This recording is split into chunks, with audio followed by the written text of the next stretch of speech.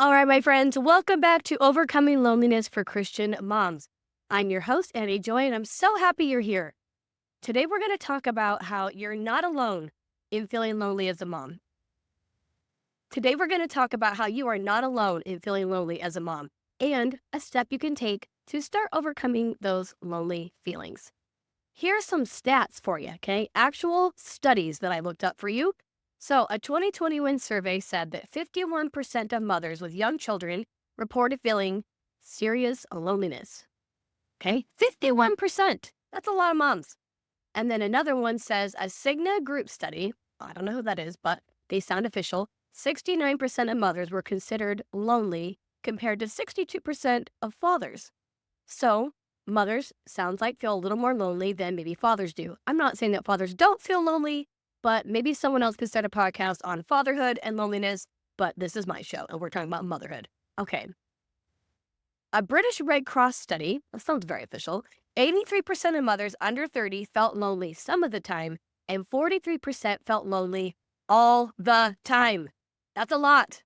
An Ohio State University Wexner Medical Center survey, that was a very long title. 2/3 of respondents felt the demands of parenthood were isolating and lonely, and 62% reported feeling burned out. Y'all, you're not alone, okay? And there's another study that found that more than 90% of moms reported feeling lonely after having kids. 90%? That's pretty much all of us, okay? We're all feeling it. So if you're sitting home thinking, no one else feels this way, you're wrong. You're not the only one. And the good news is that means we all can be in this together and help each other overcome these lonely feelings. Okay, so let's talk about why we feel so lonely as moms. Well, for starters, our whole world is turned upside down when we become a mom, right? And we suddenly feel left out of everything. Everything normal life used to be is just not anymore. Life as you knew it is over. So if you're a single mom like me, you don't have a partner to support you in bearing the load of all the 4,926 responsibilities it takes to raise kids on a daily basis. Or even if you are married, that doesn't guarantee that you have like a real partner in your home. My spouse, when I was married to him, did not feel like a partner to me. And I know a lot of my friends who are married don't feel like their spouse is a partner. So you can still feel lonely even if you're not the only parent in the home, right? Or maybe you do have a supportive partner, but if you're in a traditional relationship and you're home all day with your offspring by yourself, it's just you against the little gremlin. And that is lonely, right? Being an around the clock caretaker takes a toll on you. Good night, nurse. Sleep deprivation is a form of torture, people. And when you are all alone with this tiny human at 3 a.m., it can feel really isolating. Like nobody else in the world is with you in that moment in those dark morning hours. And it is hard. Nothing can really prepare you for the weight of being responsible for this little tiny human, this baby, not turning into a sociopath, right? But that's on us. We have to do our very best to produce good humans. That's what we think, right? We have to produce good, amazing, miraculous humans. And this pressure we put on ourselves is so heavy. And I think our expectations are a little jacked, right? Like for me, I legit thought as a mom, I would be like braiding hair and cooking as a family and basking in this glow of a newborn baby on my chest. Like rainbows and unicorns and crap. Like that's what I really thought motherhood was going to be like. I used to take care of my nephews and nieces. I practically raised half my siblings. I worked with children for years. I thought I had it made of the shade. Like I thought I was going to do so good because I had all this knowledge and preparation, and none of that actually helped in the end. I mean, yes, it was helpful to some degree, but there's nothing that can actually prepare you for that weight, that responsibility. Listen, real motherhood is way better than the idea I had in my head, but it was still hard for me to let go of this like dream that I thought I had and this expectation that I had and realize that that wasn't even worth believing in anymore, right? Real motherhood is way better than the idea I had in my head. But I still had to come to terms with the fact that my idea of reality wasn't true and that it wasn't healthy. And I had to come to that realization, and I'm sure every mother has to come to that realization that what we thought was going to be so awesome just isn't, and in the way we thought it was going to be. And then it turns out to be even better and more delicious and delightful but it takes time to get there, right? And it doesn't feel that way at first. And those early years of my kids being little, I call them my dark, dark years. Like it was rough for me. My son is autistic, but I didn't know that at the time. And he just had all these sensory issues going on. And my first time having a baby, what the heck did I know? And then my other baby almost dying. Like it was just heavy. It was heavy years for me. So I really had to have a wake up call of what motherhood was actually going to be. And I'm sure you feel the same way. So, the other reason I think we feel really lonely as moms, especially moms, because I think that dads feel lonely too. And I feel for you, brothers. If any dude's listening and is like, I feel lonely too. I hear you. I really do. I think that everyone feels loneliness. But the specific brand of loneliness that comes from being a mom, I think, is also in part from all the judgment we feel from everybody around us. We have our family judging us, his family judging us, people at church judging us, people in our neighborhood, other school parents, random freaking strangers are judging us. It's like the second you have a kid, people feel the need to impart their unsolicited advice on you. It's like you have a sign on your forehead that says, please tell me what I'm doing wrong with my kid. Open for suggestions.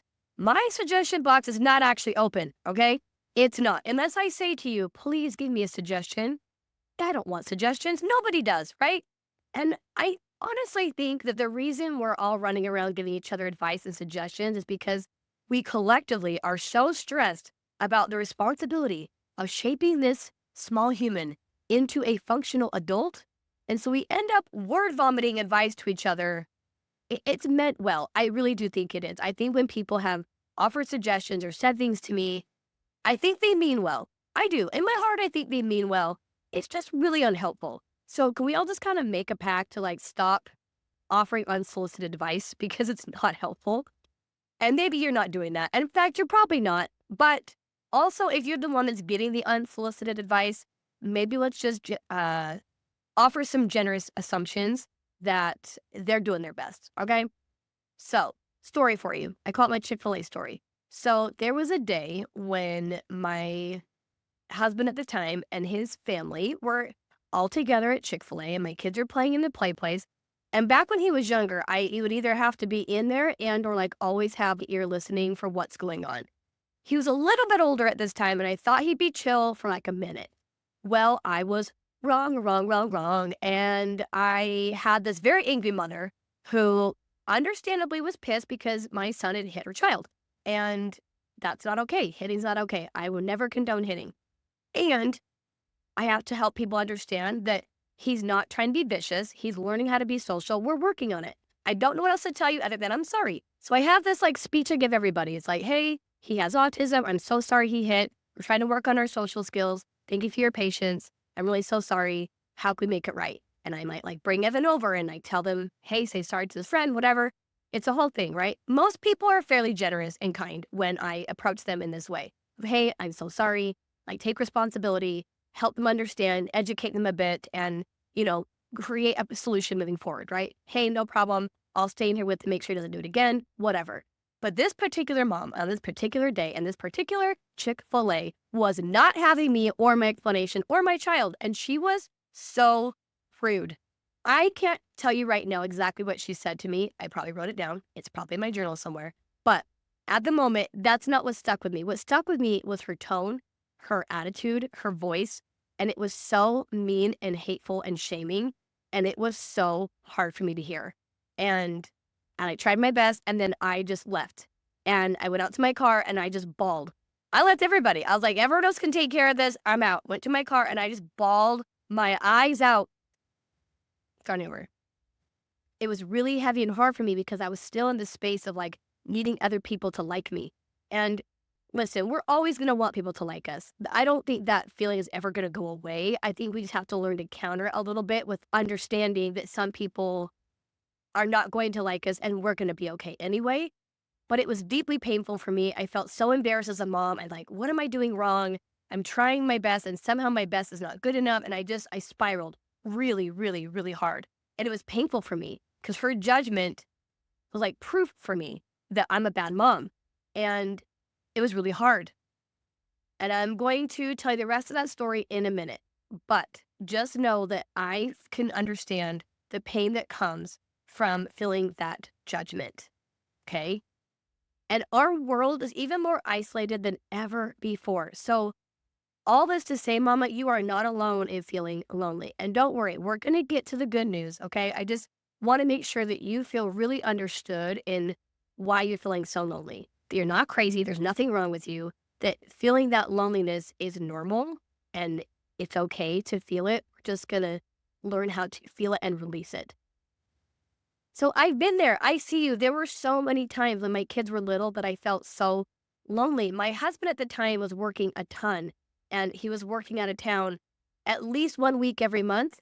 And that was hard for me to be solo parenting during that time. And our marriage was really, really rough. We were both in so much pain back then. And it was so painful anyway. And then taking care of them on my own when he was gone was so hard.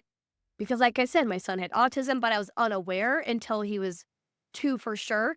And my daughter had that birth defect I told you about that almost killed her as a baby. So there was a lot of doctor's appointments and a lot of like follow-ups and x-rays and all the things. And she did not want to be alone. I would just like let her sleep with me, even though I don't love co-sleeping. She could barely eat. And so I'd let her nurse as much as she could and she'd fall asleep. So she just had like an all-you-can-eat buffet on my boob like all night long. And it was exhausting for me. So there's this newborn recovering from surgeries and this 18-month-old toddler who's running into walls on purpose. And he refuses to eat normal food, but he wants to eat rocks and crap. Like it was just, I was in so over my head. And I was so traumatized by my daughter's hospital experience. And my body was still recovering. And there were people in my house, but my needs were not being met. And I didn't even know how to advocate for those needs. And it really didn't seem like I mattered beyond keeping the house from burning down and keeping humans alive. Like, what was my purpose beyond that? I didn't feel like anybody was seeing me. I didn't feel like I mattered. I learned the hard way that other people seeing that was not the solution. I had to see that. But at the time, all I could see was that I was drowning in everybody else's needs and that mine weren't being met. And I felt so alone. All right, you ready for the good news? The good news is there is a solution. Yep, it's called connection. Yep, connection's delightful. Okay, now that we're talking about connection, I can tell you the rest of the story. Okay, so here's the rest of the Chick-fil-A story. So I go to my car, I am livid and embarrassed and ashamed and all the feels, okay? I'm in my car, bawling my face off. And then I see my cute sister-in-law walk out of Chick-fil-A with my food in her hands and come get in the car with me. She is the sweetest human. Technically, we're not related anymore, but we still consider each other in-laws. And I love her dearly and her husband. But she came out that day, and in her quiet, beautiful, graceful way that she always has, she came out and just sat with me. She gave me my food, and she just let me talk. And I told her how I was feeling, and I just verbally dumped it all out. And she was so sweet. She held space for me. She loved me. She cared about me. She had compassion for me. And she just let me be where I was at. And she also told me that it's okay to be mad and it's okay to feel upset and that I'm a good mom anyway. And I'll never forget that day, one, because of how angry I felt and because of how connected I felt to my sister-in-law in that moment. She's had many moments since then where she has been um, a safe space for me and has been so kind and loving. And it's not because she has a special needs kid too. She doesn't. But it's because she's a mom. It's because she's a woman with feelings that she could relate to me and be there for me and hold space for me. So that situation was so yucky, but it got turned around and I felt connected and it made it better. So I'm here to tell you that connection really, really is the solution. Connecting with God, connecting with other people, connecting with yourself. You remember that old acronym, JOY, J-O-Y, meaning like Jesus, others, yourself? It's the perfect acronym for how we're going to tackle this loneliness. So back in the olden days, the days of yore, families all lived by each other and they helped each other with their kids and their housework and their life and all the things. And that doesn't happen anymore. Everybody lives far away. And even in our neighborhood, like the houses are all spread apart and everyone just stays in their own house and worries about their own problems and gets so lonely and doesn't talk to anybody else. So we hear the term, it takes a village. Where the freak is our village these days? Because they are always built in. We oftentimes have to create our own. We don't need a massive group of people, but we do need a few quality humans that we can connect with on a regular basis. And we also need people that are in close proximity. Not everybody in your circle has to be close proximity. I have lots of friends in other states that I connect with through Marco Polo or other means, but having some people nearby that can kind of be there for you in a pinch, to borrow a cup of sugar, to watch your kids in a pinch, like we all need like a real community locally and then outside of that as well. You can create your own village, I promise. So throughout this podcast, we're going to talk about ways to increase that connection in those areas with God or Jesus and other people and with yourself. But it's going to be in bite-sized pieces. I kind of mentioned this before, but it will be in bite-sized small pieces. Why? Because I have found, and there is lots of research to back this up, that small steps taken consistently create big results. Doing too much too fast, that's just what leads us to burnout. So in a world that thrives on instant gratification and instant results, it's going to take something, like really take something for you to slow down and trust that slow and steady is what's going to heal your heart. But stick with me, please. I'll be walking this journey with you, and I've got you, okay? All right, so here's your quick win for this week. When those lonely feelings hit, I want you to ask yourself, what do I need right now? And listen, I know this will be hard for you. It might require you to find some stillness and really listen to yourself. If this is new for you, be patient as you learn that skill of like tuning in with yourself and finding out what you're needing. So here's some questions you could ask yourself. What kind of connection would be the most helpful right now? Like, do you need to text someone to set up a lunch date? Do you need to call a friend right now? Do you need to Marco Polo a friend? Do you need to send a text of gratitude to someone just to connect with them or to check in on them? Do you need to just go get a hug? Or do you need time in like prayer and meditation so you can connect with God? Do you need to play a game with one of your kids to connect to one of them? We're going to talk more about that, but play is really, really powerful. Okay, so don't rule out play as a form of connection because it's a very powerful form of connection. Do I need to cuddle with my partner or my spouse or maybe my kiddos? My kiddos are my snuggle bugs, and I love them for that because I love physical affection. I love to cuddle, and I don't have a partner. So bless my kids' hearts. I love that they love to cuddle because it fills that need for me. So just check in with yourself. What type of connection do I need right now? Because reaching out to someone else is probably going to help them feel less lonely too. So connection's a very powerful tool for everybody involved.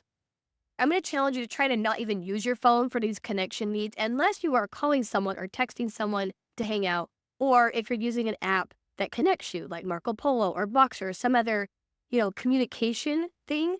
If you're not using your phone for communication, I want you to try to get off of it for this exercise. If you want to scroll later, knock yourself out.